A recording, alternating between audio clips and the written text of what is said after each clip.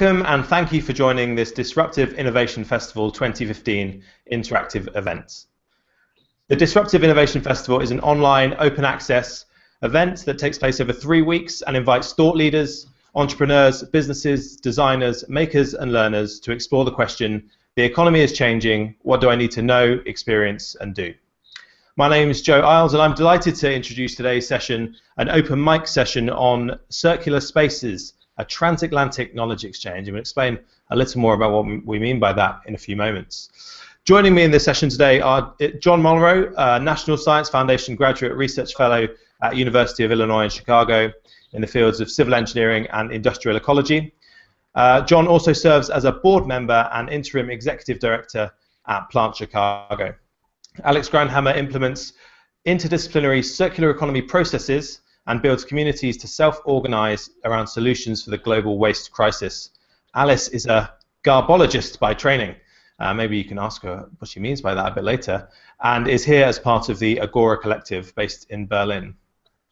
So I was spending some time on Google Maps before this session. So about 4,500 miles by my calculation separates Alice and John, but they do have one thing in common. They're both involved in establishing physical spaces that embody the principles of a circular economy. John with the aforementioned plant in Chicago, and Alice with a new space, which is an old brewery that she'll talk about in a few moments. So the plant has been running for a few years, and one is a bit more of a blank canvas. So that's why this session will be a knowledge exchange, finding out what works and what doesn't, what are the barriers and different opportunities when embarking on a project such as this. I can ask questions to Alice and John, and I'm sure they've got questions for each other, but one other important player in this scenario is you. And I'd like to remind you to get involved in this session. The Disruptive Innovation Festival is all about interaction and your voice. So do ask your questions and comments. There are a couple of ways to do that. One is to use the Google Plus Q&A app. You access that by clicking the small tab that appears in the video player on the DIF website. It says be part of the conversation. Sign in with a Google account and you can use the Q&A app to ask your questions and they'll appear on screen. The other way is to use the comments below the video player on the DIF website. There's a comments thread. You'll see I've put one in there to apologize for our slight late start today, but follow that up with some questions for our two speakers. Really look forward to having you as part of the conversation during this session. But on to the two spaces in discussion today. Let's start by talking about the Plant Chicago. John, do you want to give us a bit of a summary, maybe a bit of history about the plant and how it came about? Definitely, and I apologize. I was going to show some photos on my laptop. Instead, I'm on my phone. I can kind of show you the plant because I'm here today. The plant is a building. Everyone go to plantchicago.org or plantchicago.com and check out details on it. The building is owned by a company called Bubbly Dynamics, and I'll give a little bit of history on that. There's also a not-for-profit organization in the building called Plant Chicago. And I work closely with the nonprofit doing community outreach. We run a farmers market. We do education programs for K through 12, kindergarten through 12th grade students. And we also do some technology innovation.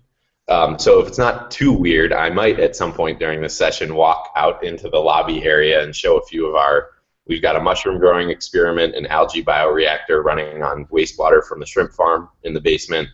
And a few other experiments that I can show you right here in the lobby area of the plant. And then food-related tenants in the building. So we're in this old warehouse. This was a meatpacking plant. I'm in what was the mail room of the plant, which is now our office. And this was... John, we've lost your video for a moment. The connection is a little patchy, but we'll carry on. I just wanted to let you know, in case you're showing us some fantastic things that we can't see. We'll keep an eye on it. I'll try and not move around too much. Nice one. That works better. Thanks. Okay, great. Anyways, we're in this 95,000 square foot. I don't have the square meter conversion in my head, but we're in a 95,000 square foot old pork packing plant that was built in 1925. And anyone on the call who knows anything about Chicago knows that Chicago was the epicenter of the United States meat industry in the early 1900s. So we're in this area called the stockyards, with a lot of abandoned factory buildings that were built in the early 1900s. And these buildings themselves represent a ton of embodied energy and material. Sorry, John. It is breaking up quite a lot. I hate to do this, but is there any chance you could switch off the camera? Yep. I know it's a pain, but I think we'd really like to hear what you have to say. Yep. Yeah. Let me just figure out how to do that here. So that sometimes can help the situation. Let's give that a go. You were saying about how if anyone knows anything about Chicago. Is my video off there? Yeah, it is. Yeah, and we can hear you a bit clearer. Let's try this. Great. So anyone that knows about Chicago knows we're the epicenter of the nation's meat industry in the early 1900s. And this neighborhood, which is called Back of the Yards, also known as the Stockyards, is full of these huge industrial buildings, factories, meatpacking plants, rendering plants. A lot of them built very sturdily in the early 1900s, and many of them are abandoned. So we view this as the first waste product that we're taking advantage of. A huge amount of embodied energy and materials here that are often looked at by real estate developers and the city as just a blight or an opportunity for development. You guys still hear me? Yeah, we hear you. So I think it's really important because I'm going to talk about, and I could talk all day, I could talk about the cool kind of biological composting nutrient flow work that we're doing here at the plant amongst the food businesses. But actually, the big first waste issue we're working on is just the embodied energy of the buildings. These fantastic poured concrete, really strong buildings here. So the plant is a 4-story building that could basically hold one of itself on top of itself. It's so structurally sound, which makes it great for food production and indoor growing and rooftop growing. And I'll just end by reminding people that the plant is this community of businesses. I'm associated with the nonprofit, but I've worked with a lot of the businesses on small waste experiments. The building's owned by Bubbly Dynamics, but they're a team of just four innovators that do plumbing, construction work, planning, and then the building has 12 tenants that include a beer brewery, 3 indoor farms, a mushroom farm, a shrimp farm, a cheese distributor, a beekeeping group, a chicken farm, and coffee roaster, and a few others that just joined on that I can talk about if it comes up. So that's the plant and Plant Chicago. That's amazing. That list of businesses. I was going to ask you specifically what sort of businesses were in there, and that list was long and really diverse. So very interesting opening to this session, hearing about the Plant Chicago. Alice, difficult to say perhaps what's already in your new space in Berlin. I've been in there, and there wasn't much in there. Maybe a few rodents. But so why don't you tell us about the space? I'd love to. Yeah, it was really great, Joe, to actually have been able to show you the space just a couple of weeks down the road. We're collective. We're based in Neukölln, one of the worker districts of Berlin. In this district, we are running a space much around participatory art practice. We have a 4-floor house which has about 400 square meters, which I don't know how converts into square feet. Sorry, John. No problem. And so we're running this space, and we have downstairs a restaurant where we cook a lot with leftovers, where we sort of pick up leftovers from markets that are around and from the shops that are around in our neighborhood, and we have breakfast and lunch, but especially like the lunch is pretty famous, and we have always different cooks, and usually our cooks have an artistic approach to food, and so there's a very creative and changing lunch kitchen here in Neukölln. So if you are around, it would be lovely if you drop by. We're in Mittelweg 50 in Neukölln. So we're running this house here, and then we started thinking more and more about how could we run a space in a really fundamentally sustainable way, and also from the space, from our community, kind of build business models which per se are circular and have some community aspect to it. For example, we would look into what type of waste materials are being produced in our district, in our neighborhood here, and how can we integrate them to produce something new, to produce something upcycled and reuse these materials so that they don't go to the landfill. And we ended up also, similar to sort of what you told, John, finding an amazing space which is 500 or 600 meters only away from the space that we have right now, and it's an old brewery. So I think it probably could be quite similar architecture-wise to what you have there, John. It's a lot of red brick. It's a very solid foundation. It's was built at the turn of the last century. And it has been basically just left and forgotten. And there were a lot of developers that really wanted to buy it, but also the municipality, which had put basically a planning law, that's called in German, onto the area, which set into law and legal terms that it would have to be a cultural, social, and economic mixed usage, which made the plot pretty complicated and difficult for a bunch of private investors. And then we basically started looking for funding in order to buy that space, and then built up a relationship with a Swiss foundation that purchased properties out of and tried to take them, protect basically the land, take it out of the speculation process and give it to social and environmental developments. And now we're building up there our second space, which is more geared towards circular economy, and we'll start manifesting that in the construction process. So we're going to keep the base that is there, and really in a first step sort of look how we can basically build from the substance that is there, taking out a bunch of the materials and seeing how can we reuse them to then, on these 2,000 square meters, start on the ground floor basically a workshop space, from wood workshop, metal workshop, fab lab, art ateliers, and a music studio. So an entire floor geared toward creative work and building prototypes and products.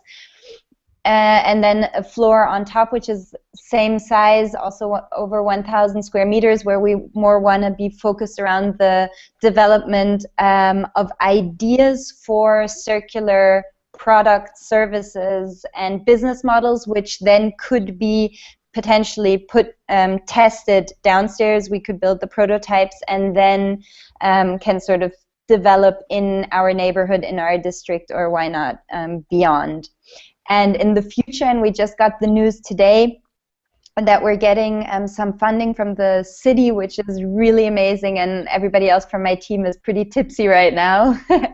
And because we're going to be able to build 2 stories on top, also in this circular way. So we want to use reused wood. We have we also want to reuse other materials for that construction, and then we'll also be able to host entrepreneurs in residency, people in the neighborhood that are looking for a place to stay, and a lot of the apartments are going to be based on basically co-living units where you can live together either with a family but also with friends, and have some rooftop gardening and a bunch of things trying to implement more innovative treatment of the outside spaces, including gardening and composting, plus a different way to approach waste and to try to actually really within the architecture of the house see it as a resource and see how we can sort of sort the waste in a different way and bring that down into the workshop space where it then can be hopefully reused as a resource. So the idea for our second space really is this circularity. How can the community and the materials really flow within the space without creating externalities such as waste?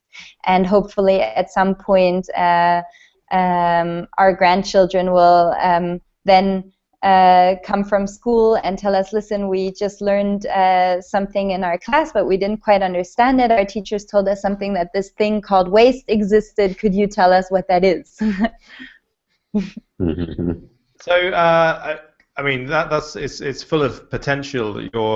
This new space, and there's clearly a lot of ambition there. John, do you notice any initial similarities between the plant and the story there, or maybe the setup at the beginning and this brewery space? Yeah, well, I noticed some similarities. Can you hear me okay now? Perfect, yeah. Perfect. Great. I noticed some similarities in the outset, and then what's cool is I think you guys maybe have already taken some steps that we've only dreamed about at this point. For example, partnering with the city on a housing component, a residential component of this whole picture. So I would love to hear more about how that came about, the funding opportunity. Mm-hmm. But the thing that you mentioned, which is starting with workshop space, I think is really important. And the Bubbly Dynamics is the company that owns the plant. It's really just a small team of guys that know how to do woodworking.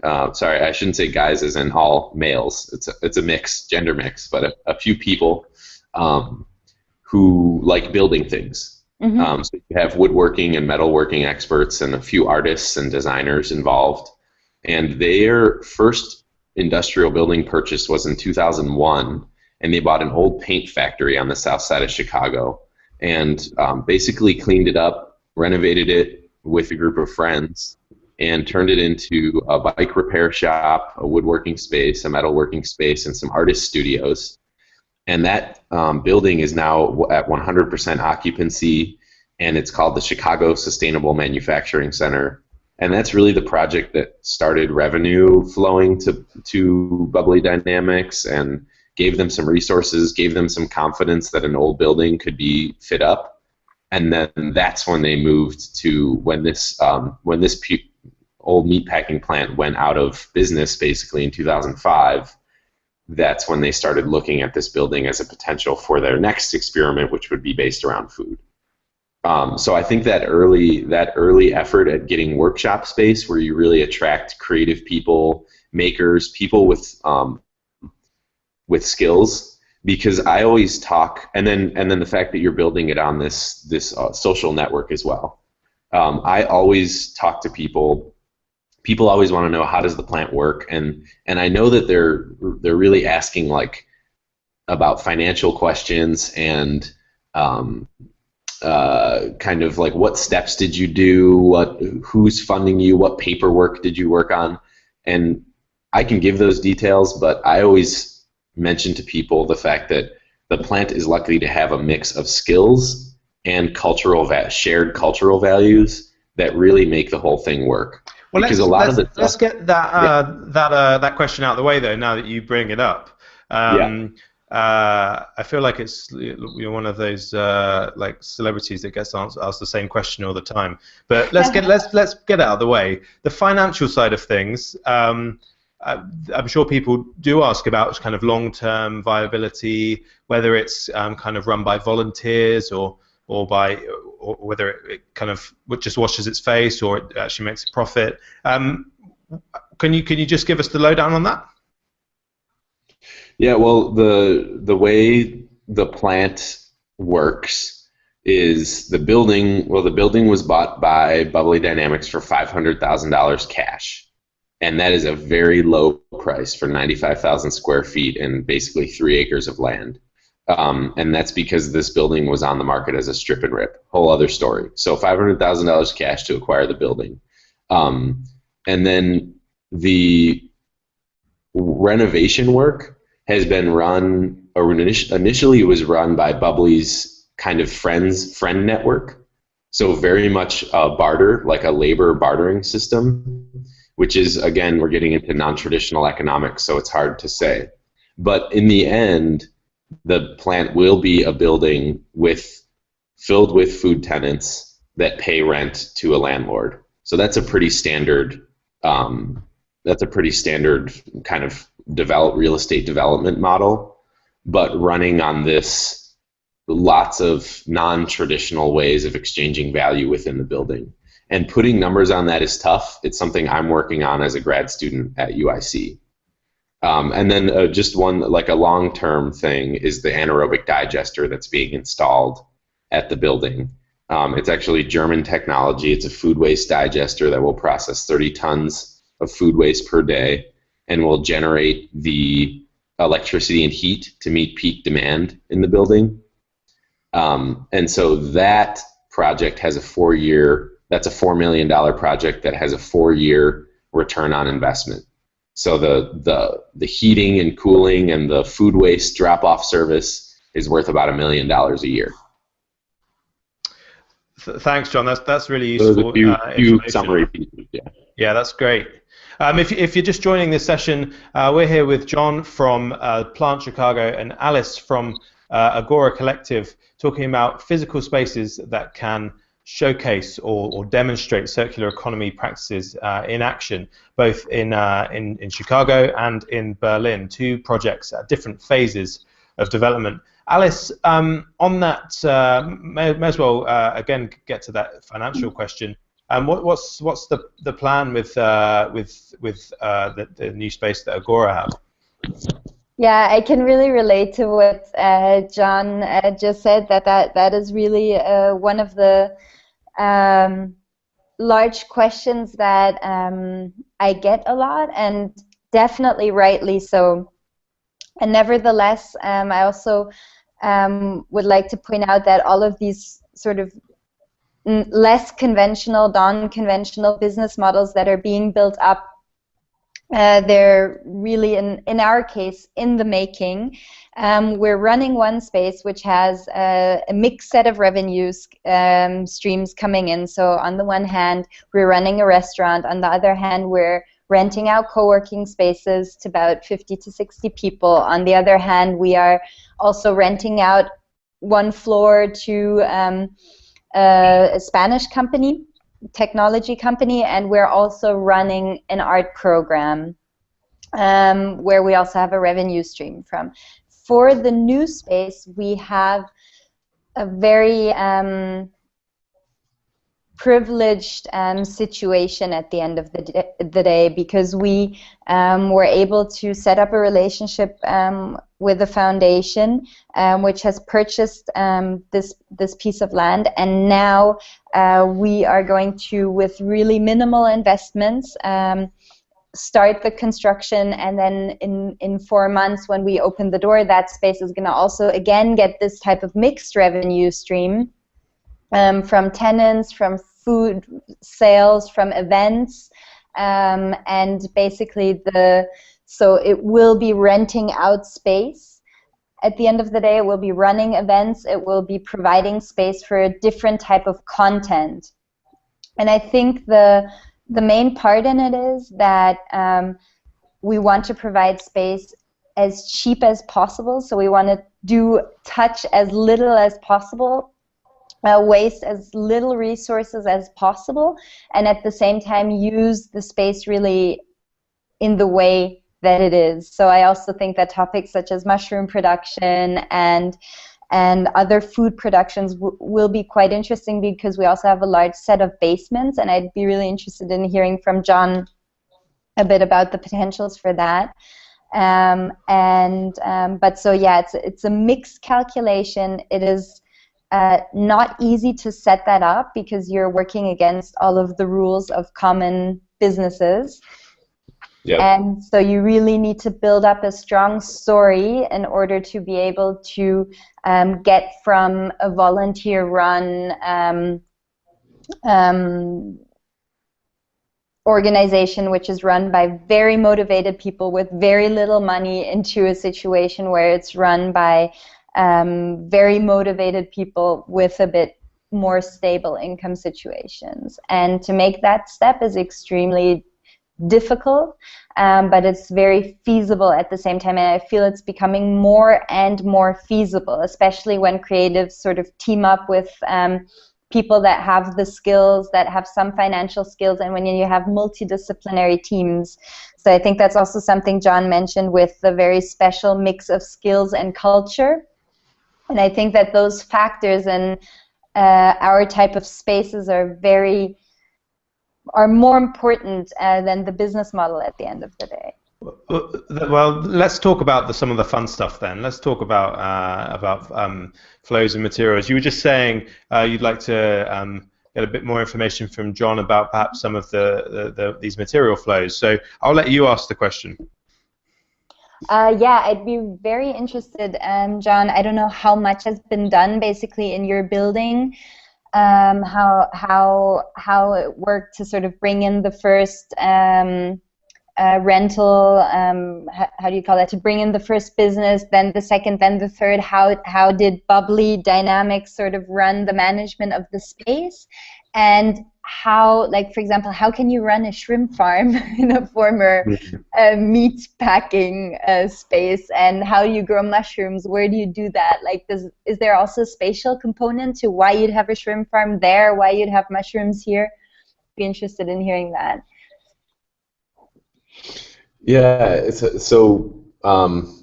the how you, there's a couple questions there, how you get tenants and how you decide on doing this stuff or not. Mm-hmm. It's very organic. So how the building gets tenants is, it's really nice to hear the Agora model, because it parallels so well, and it makes me think that there must be so many other people experiencing its same kind of non-traditional, traditional tension, but also potential. But anyways, the building filled originally with tenants who were just connected with the movement. You know, the Bubbly Dynamics crew and that building, their first building, had a whole social network, especially a bicycle culture network, because there was a couple bike repair and powder coating shops there.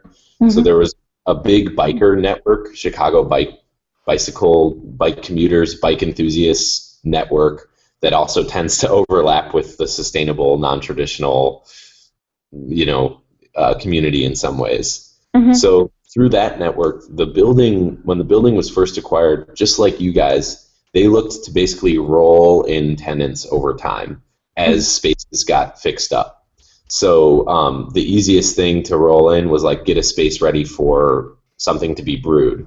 So a guy who did kombucha brewing moved in. You guys know what kombucha is. It's like a fermented tea product. And that kombucha brewery has since grown to 5 times its original footprint in the building and is now distributing throughout Chicago, and he's now on the 2nd floor of the building. The other big thing that started in the building was our aquaponic farm. And so Plant Chicago, the not-for-profit, was started the same time the building was acquired. And our first mission was to demonstrate indoor growing techniques and aquaponics. So we, in partnering with the Illinois Institute of Technology, built this 8,000 square foot aquaponic farm in the basement. And the basement was great because it's super well insulated and it's slightly underground. So it's easier to keep warm in the wintertime. And at that same time, one of the girls from IIT involved in the aquaponics farm started a mushroom farm in the basement. And there happened to be, the basement is where a lot of the meat packing and meat storage was done. So there's some great insulated cold storage rooms that we basically turned into warm, humid rooms where mushrooms could thrive. So the basement provided a lot of ability there. Now, the aquaponics farm is an important story because we've since downsized the nonprofit aquaponic farm, but so many people over the past few years have gotten involved in the aquaponic farm via our volunteer program that actually 3 or 4 businesses have spun off from volunteers. So our mushroom farm spun off into a full-time business. from a volunteer. 3 of our former volunteers started other indoor farms in the building. So you have Urban Canopy. They grow wheatgrass and microgreens indoors. You have Nick Greens. He does microgreens and lettuces indoors and distributes to chefs. Urban Canopy distributes juice bars. And then you have Greens and Gills, which scaled up their own aquaponics farm and was doing basil in the wintertime basil via aquaponics. And they, kind of a cool story, kind of a sad story, they were just bought by a large company called Farmed Here that does indoor farming in Chicago. So sad story because they moved out of the plant, but cool because it was a true business incubator function where they started a business, established themselves, and were bought by this larger company. So it's just, so those are a few overviews of some things happening in the building. Oh, and then I meant to say the shrimp farm. The shrimp farm was started by 2 of our former volunteers who kind of got comfortable with the whole aquaculture side of things. You have to know about water flows, you have to know about pressure, you have to know about temperature regulation, you have to know about salinity and pH and measuring your water. And it turned out that they kind of experimented with a little shrimp farm operation. It went well. They got a few chefs in the city interested in Chicago-grown saltwater shrimp and started a shrimp farm in the basement. Wow. It's really, really interesting to hear sort of how how the different businesses have grown in an organic way. And I think that's kind of how basically our collective has grown inside the space that we're in, and it's kind of also how we've grown into the new house, and it's a bit what we're dreaming of what can happen downstairs in those workshops, you know, because just by providing tools we can allow volunteers to come in and try out tools from textile, knitting, up to wood and metal, and then the Fab Lab stuff where we also want to sort of bring in the circular aspect and not just sort of produce loads of 3D printed stuff, but kind of we're talking with the university in Hamburg that might be able to put in one of these filament producers where you can produce a filament with waste plastic, and so just sort of go deeper and deeper into what type of input materials do we have flowing into the house. And in our case, it is a pretty big construction thing that will be going on in the future. So we want to see how can we have part of that construction sort of be run through our workshops. And so we're also going to have a space where we'll collect sort of old building material. And actually, we already, Joe, if you see the space now, there's like loads of old waste wood and old chalkboards and a bunch of different materials that we want to collect and use to put in our usages inside. Yeah, that's I mean, kind of salvage materials in building as well is an area that there's been some great examples of. I think there's an organization called Super Use Studios. They're based in the Netherlands. They actually found their building materials to make a beautiful house. They found most of them on Google Maps. They just they basically looked at who looked like they had an old building site or something in their garden that had been forgotten about. Zoomed in and then went and knocked on their door and said, any chance we could have that wood that's been sat there for a while. And they made this villa, I think it's called Villa Welpelu, and it's they tried to use as little energy as possible to turn these salvage materials into materials that could be applied on the building. That was a case study. Yeah, I remember that case study on your guys' site. Yeah. We wrote a short case study on that a few years back. I want to just talk about the local materials thing because this is kind of a little bit how this session came about. John, I really enjoyed an article you wrote. I think it was for GreenViz around local material streams and the importance of them. So circular economy isn't just about manufacturers getting their stuff back and repairing it or remanufacturing and shipping it out. That's a fraction of the opportunity. Local materials flows are massively important. Can you just elaborate a bit on that and maybe just mention how you've tried to bring that into the plant?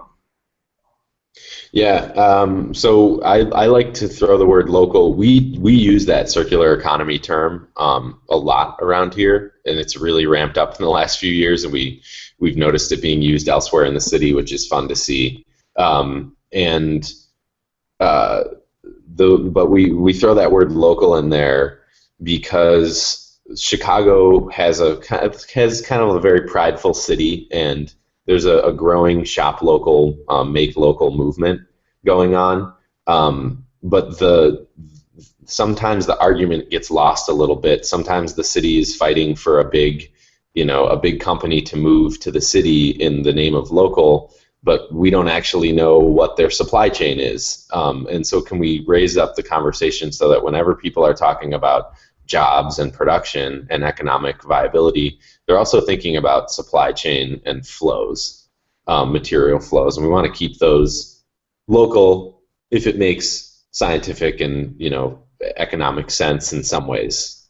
But what's really cool in Chicago is this building material building material economy that's taking off, and some of it's been driven by an ordinance passed at the county level. So we're in Chicago, but we're in Cook County, which is the larger government entity, and they passed a law 3 years ago that said if you're doing a demolition project in Chicago, if you're demolishing or taking down a building, 75% of the materials have to be recycled. That's now kind of a standard in the US in most big cities, this recycling standard for deconstruction. But Cook County added a stipulation that said at least 5% must be salvaged and reused. It sounds small, but it's enough to generate buzz amongst these guys who are used to just bringing a wrecking ball in, smashing everything, throwing it in a dumpster, send it to a sorting facility, get the concrete out, toss the rest in a landfill. It really just started this mini economy around salvaging materials, sorting them, and reselling them. So that's been really cool. And then the local thing, composting is the easiest example of local nutrient flows. We've even been trying to get into the world of local food flows. So it's great to have a local bakery, but where's the wheat coming from? Where's the grinding being done? Where's the energy coming from? And so we've been able to take the awesome bakery that's here at the plant and use it as an amazing example. The bakery is called Pleasant House. They actually do British-style savory pies, FYI, Joe. They make like chicken pot pies, and I don't know. It's pretty nice. Food, sounds good.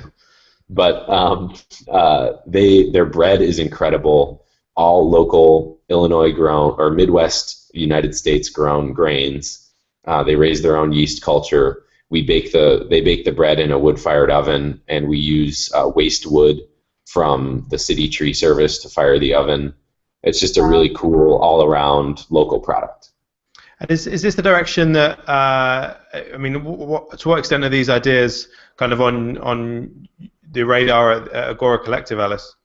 Yeah, I think you're you just really got it. It's exactly what's on our radar, right? It's the idea to sort of have this space that is really organic, where the output of one business is the input for another business, and where we're really closing material streams in order to avoid externalities and kind of have this organic social but also material flows.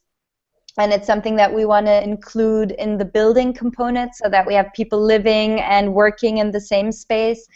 And I think especially, I don't know how you see that, John, but in our case, we both said in the beginnings, this financial questions always, but at the same time, it's very hard to build an alternative or social or environmental business that really creates jobs that are funded and paid and that has sort of a long-term trajectory, which is healthy for the employees and also the business, basically.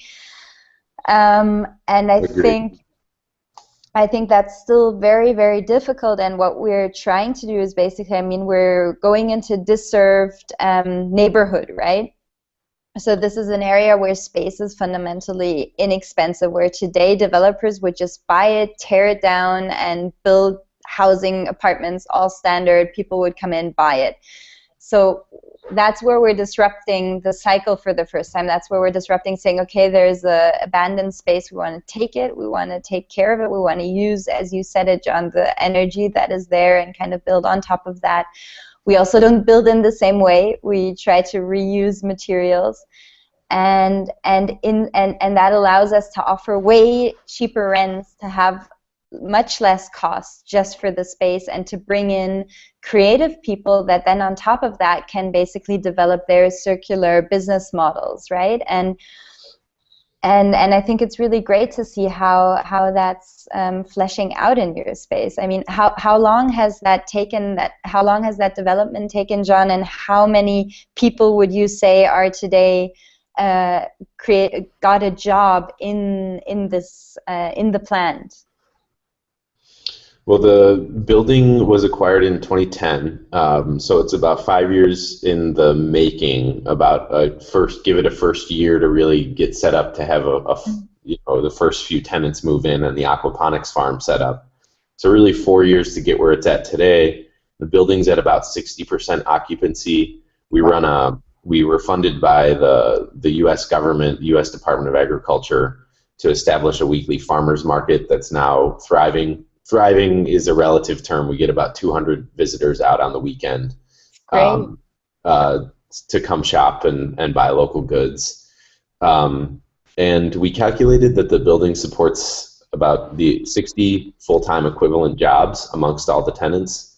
But the projection is once the digester's running, the building is at full occupancy, the brewer's really cooking, that will be at about 125 jobs. Now, this building used to support 400 full-time, very well-paid, stable jobs for those meatpacking employees. This model is way more all over the place. Some of them are part-time jobs, some of them are hourly, some don't have benefits, some do. Some of these food companies here have outside investors, some are very bootstrapped. So it's all over the place. It's a little bit reflective of where the world's economy is today, right? It's like the model, the 1990s were great, but it doesn't work long term. So we're just in this adjustment period economically. Yeah. And I think government, it's important to talk about government. I'll just say really quick, we're trying to identify like what would help us in terms of state and federal legislation. What would help? A carbon price might help, because all of a sudden some of the fuel saving and energy saving things we're doing make more sense in the traditional economic world. Carbon legislation, support for, I'm really interested that the city supported a residential component, support for things like co-housing, recognition of concepts. So we're just trying to keep track of other higher level things that could support this whole movement. I just want to interrupt very briefly because I'm loving this discussion. Just to remind people watching online, if you have a question about what it takes to set up a space founded on the circular economy framework, or you're even maybe thinking about doing it yourself, and you have some questions for Alice or John, don't forget you can add them below this video on the DIF event page using the discussion space, or you can add a question using the Q&A app in Google Hangouts if you find your way there by clicking the Be Part of the Conversation tab. We're technically over time, but if you guys are happy to stick around, I'd love to carry on a bit more of this discussion. Yep. I definitely would like to, and I have a question for Alice. Two questions. One is, how did that residential thing happen? I'm really interested in that because, how did you network your way to that opportunity? And then, in this building, how are you thinking about heating and cooling? Yeah. And are you taking materials? It was an old brewery. Is there stuff left in the building that you can reuse? Tanks, things like that? Yeah.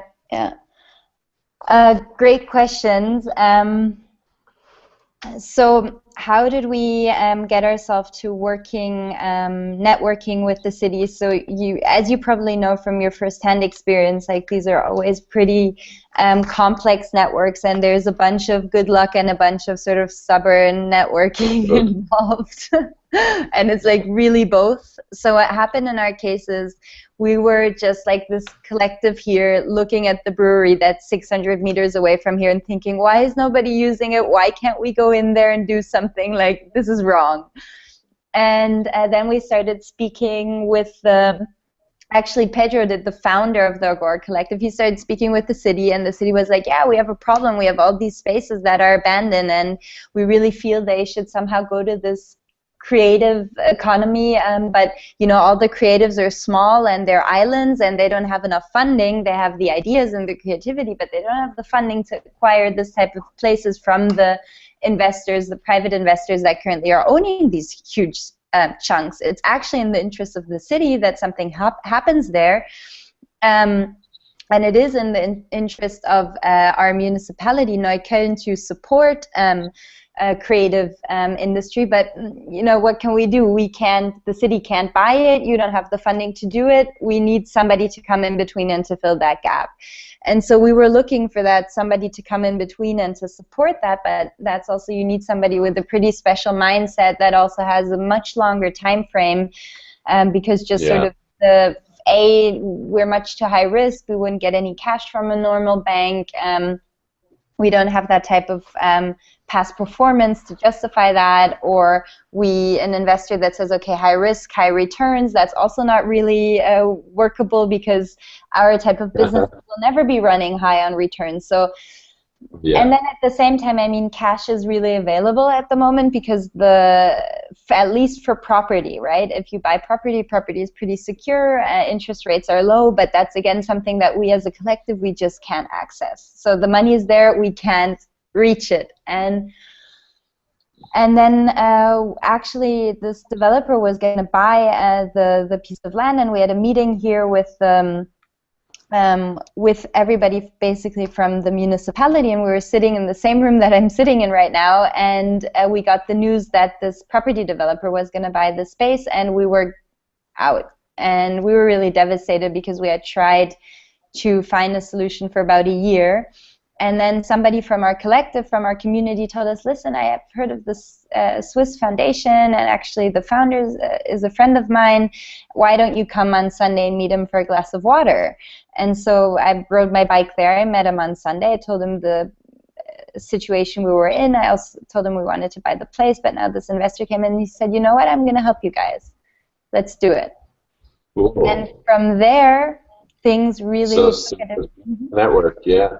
Yeah, so it's really the networks. And then what is really special about the Swiss Foundation is that we found out that they've done about 100 similar projects in Switzerland. So they have like amazing experience where they've always helped creative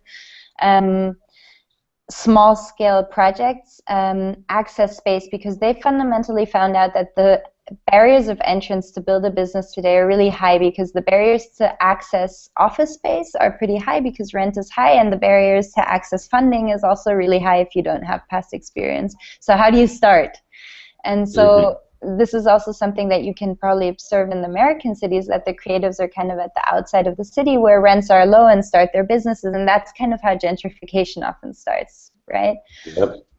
Just that then at the point when the private investors come in and buy out the pieces of land, the creatives that built the value in the neighborhood have to leave, which is really sad. And so this foundation buys these pieces of land and then gives them traditionally in lease contracts for 100 years to the creative crowd that's running the space, which is really exceptional as well.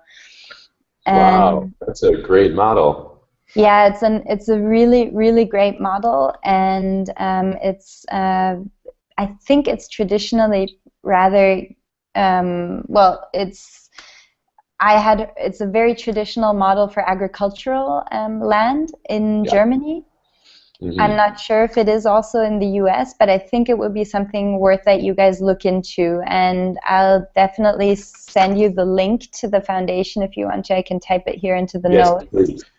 Just specifically perhaps the residential aspect. I think that seems like that's one thing that is very different from between the two spaces. So, is there any more you can say on that, Alice? Yeah, sure. So,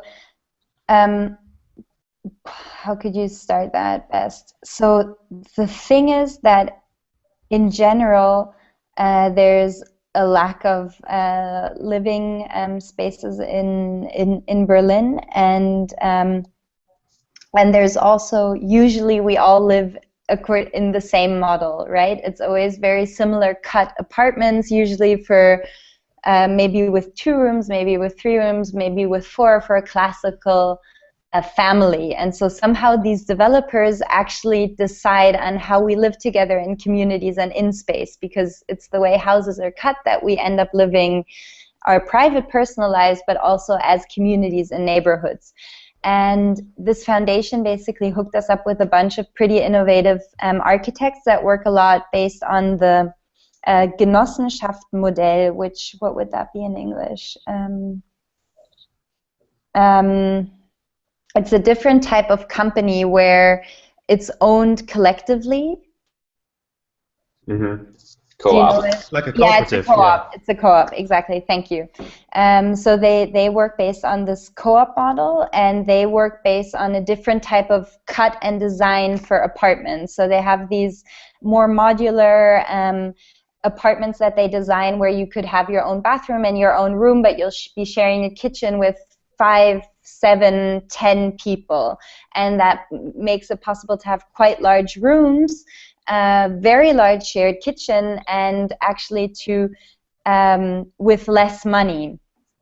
So it completely redesigns basically how we live together as communities and also in our private life. And they have built in that type of way a very nice housing project where it's also mixed housing and offices.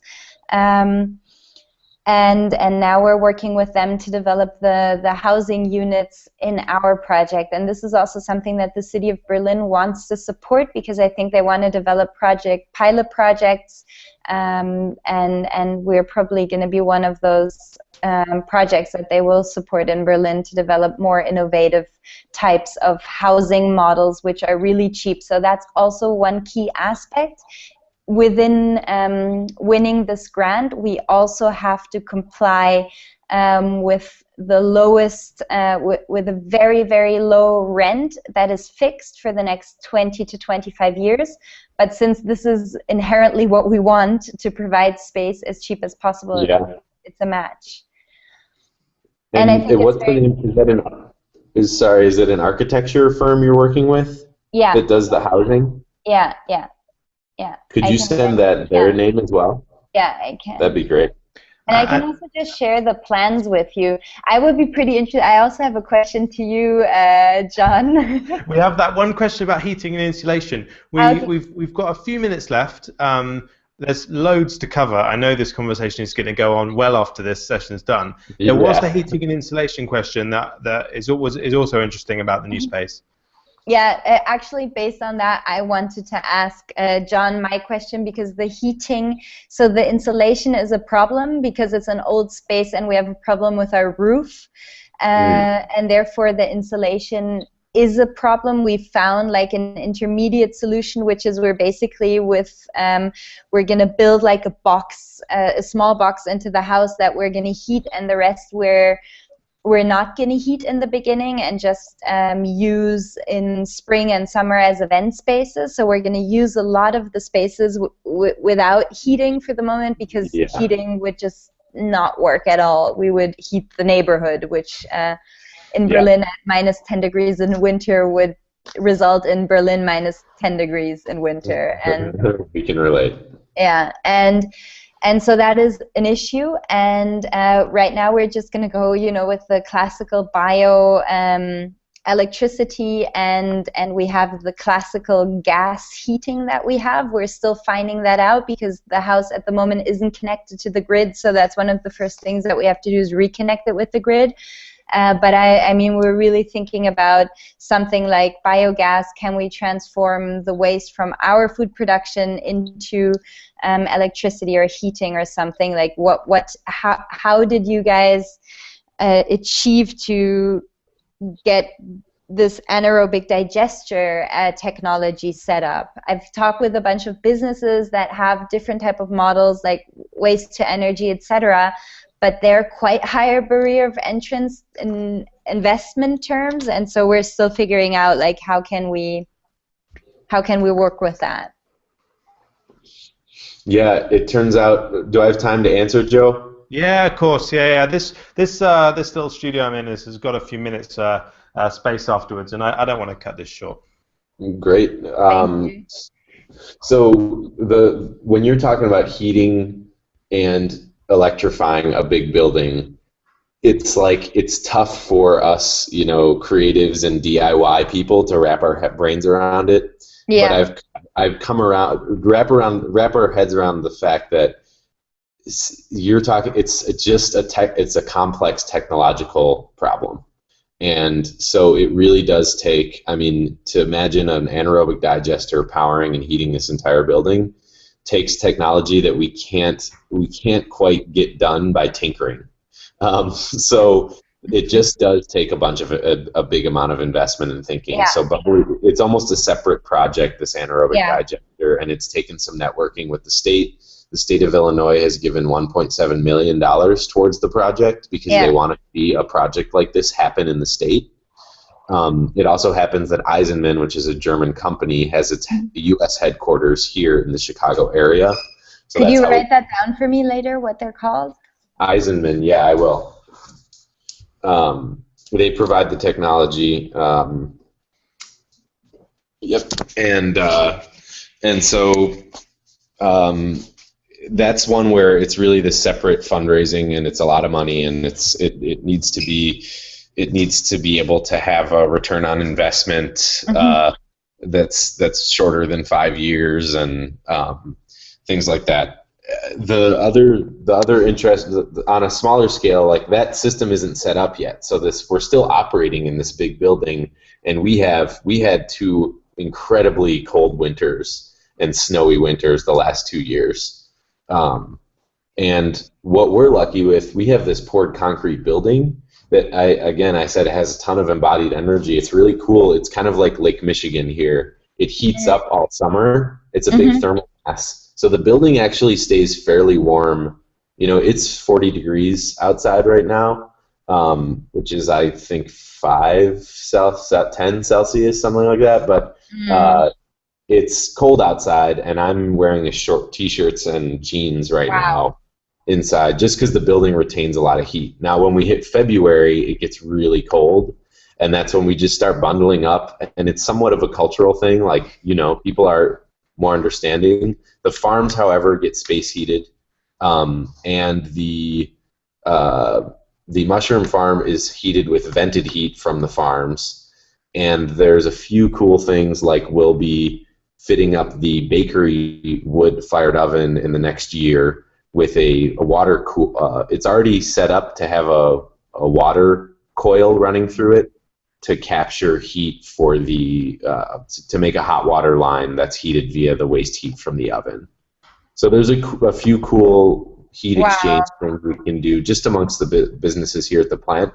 But when you start getting into a brewery that's looking to do 40,000 barrels of beer a year, we've got to work with their realities, and we can't always tinker everything, and that's where the partnerships and the funding comes in, and that's where we get into this kind of gray economic area. Yeah. Before we are forced to come to a close, I just want to ask so in both cases there are some conditions that have enabled these projects to emerge, whether it's the purchase of the building and different types of funding that you've received in Chicago, or the Swiss Foundation in Berlin.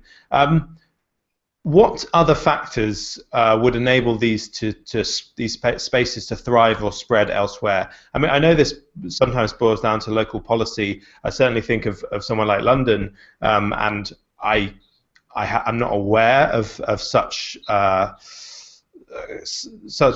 inspiring projects, really. There's a lot of, I guess, like quite corporate-funded initiatives for culture, but these have a completely different edge to them.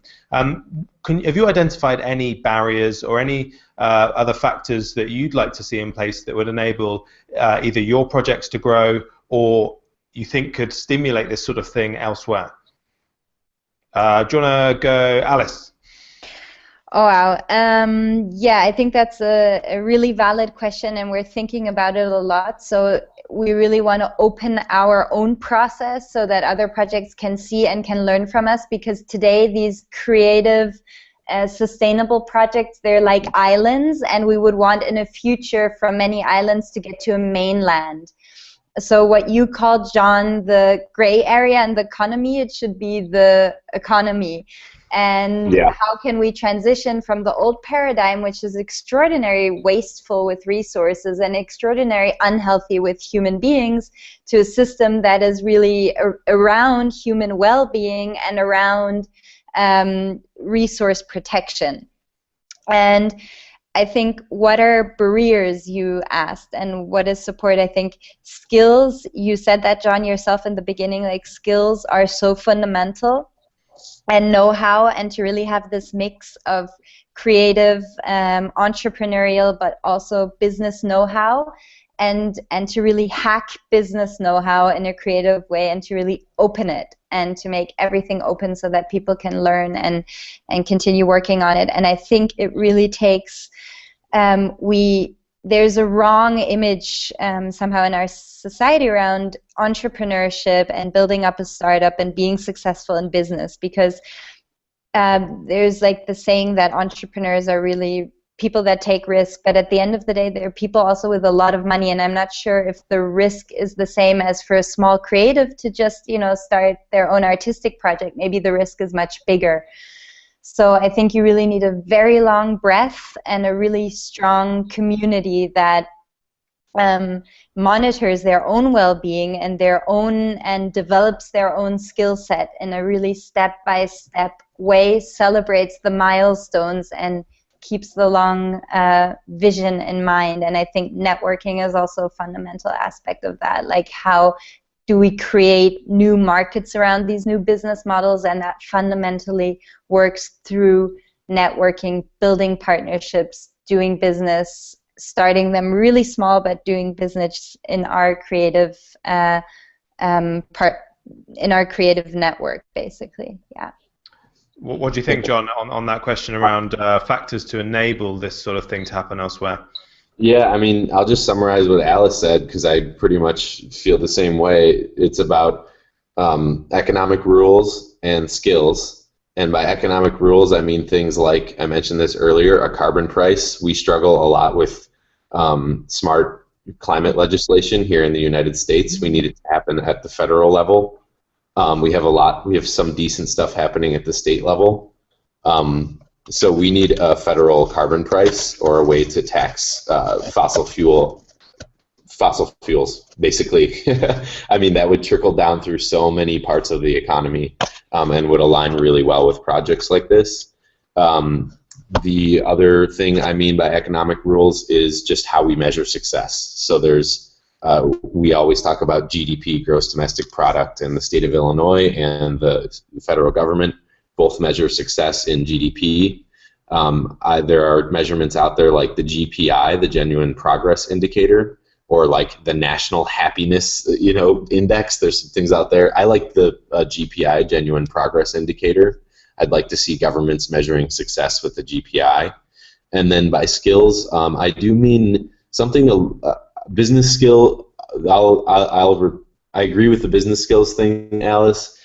I'll go back into hard skills. I think the U.S. Specifically has a tough time supporting vocational training.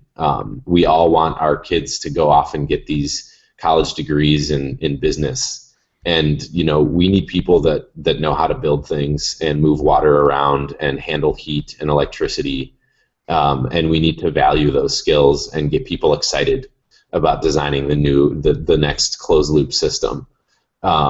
And so I'll reiterate skills that way, and I think that goes back to something as fundamental as K through 12 education. And the last question I'm going to ask you, John, which is kind of the one that I've wanted to ask since the start. So you've got the plant. You're affiliated with the plant. Yep. If you could do it again, if you were in Alice's position, big empty space and blank canvas, if you could do it again, would you do anything differently? Well, I can't speak for Bubbly Dynamics, the landlord, but I can repeat a few things that they've said before, which is hold tenants, which is a two-way street. One, hold tenants a little bit more accountable. So set up the rules in a pretty explicit way ahead of time. It's easy to offer a big warehouse, and Alice, I know you got experience with this in the other building. It's easy to offer empty space for cheap rent, and get people that aren't that committed to sticking around, or maybe haven't vetted their idea that much and end up leaving a mess behind. There's a few things like that. And then in the other direction, really supporting tenants in connecting with each other. Yeah. So we're just getting to an era where we're able to hold kind of regular meetings amongst tenants and get them talking to each other. That didn't happen for the first 4 years because you get a bunch of entrepreneurs in a room and they're so busy working on their own idea, they don't have time to think about other people.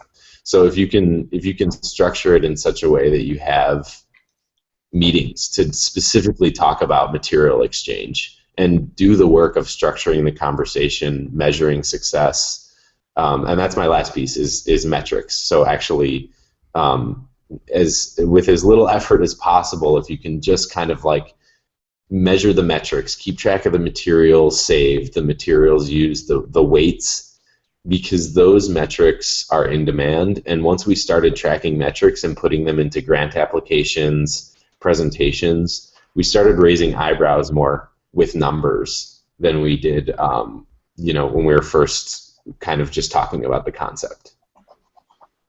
So what is that? That's like metrics, tenant coordination, and rules. The rule of law. Thank you so much, Alice and John, for joining and taking part in a really rich discussion. This is I think I've done about 15 sessions with the DIF now, all fascinating. I keep saying that was the best session I've done, but this is higher as well. They keep getting better and better. John, I'm sorry we didn't get to see more of the plant today. There is a video on the DIF event page, a bit further down the page, where you can take a look. Actually, a few videos, great videos on YouTube of the plant, so definitely worth checking out. I know that this conversation will continue, and we'll keep you, the DIF viewers, posted on where it goes. It's really important that, as well as fascinating ideas and concepts, that we have real collaborations and examples of how the circular economy or any sort of disruptive innovation is playing out in practice. So thank you both for joining me today for this discussion. Thank you to the viewers at home for watching the Disruptive Innovation Festival. If I've got one pick for the rest of the DIF today, we've got getting on for around 24 hours left at the DIF. At 8 o'clock, so in about 45 minutes, there's a session on Bitcoin and blockchain, something that I need to attend because I am woefully inexperienced in that area. So Bitcoin and blockchain, tune in at thinkdiff.co in about 45 minutes. But for now, thanks for joining at the Disruptive Innovation Festival, and we'll see you next time. Bye-bye. Thanks, Joe. Thank you, Joe. Bye.